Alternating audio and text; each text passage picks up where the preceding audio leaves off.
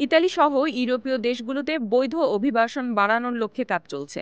ইতোমধ্যে পর্তুগাল ও অস্ট্রিয়া সহ ইউরোপের ৬টি দেশের সঙ্গে সমঝোতা স্মারক সই সহ যুগান্তকারী বিভিন্ন উদ্যোগ গ্রহণ করেছে সরকার। প্রবাসী কল্যাণ মন্ত্রণালয়ের সম্মেলন কক্ষে বাংলাদেশ ও ইতালির মধ্যে মাইগ্রেশন ও মোবিলিটি বিষয়ক সমঝোতা স্মারক সই অনুষ্ঠানে প্রবাসী কল্যাণ ও বৈদেশিক কর্মসংস্থান উপদেষ্টা ডক্টর আসিফ নজরুল এসব কথা বলেন।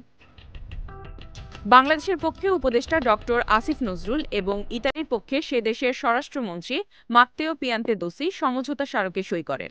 অবৈধ অভিবাসন বন্ধে এবং বৈধ অভিবাসন বৃদ্ধির লক্ষ্যে ইতালির সঙ্গে প্রথমবারের মতো মাইগ্রেশন অ্যান্ড মোবিলিটি বিষয়ক সমঝোতা স্মারক সই করল বাংলাদেশ।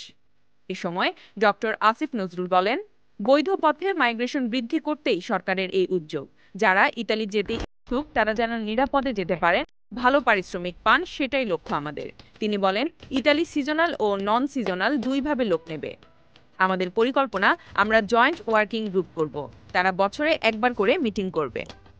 এছাড়া ইতালি ভাষা শেখার জন্য ট্রেনিং সেন্টার সহ এম্বাসির ফাইলগুলো যেন দ্রুত কার্যকর হয়, এই বিষয়েও কাজ করা হচ্ছে। Z news, Dhaka.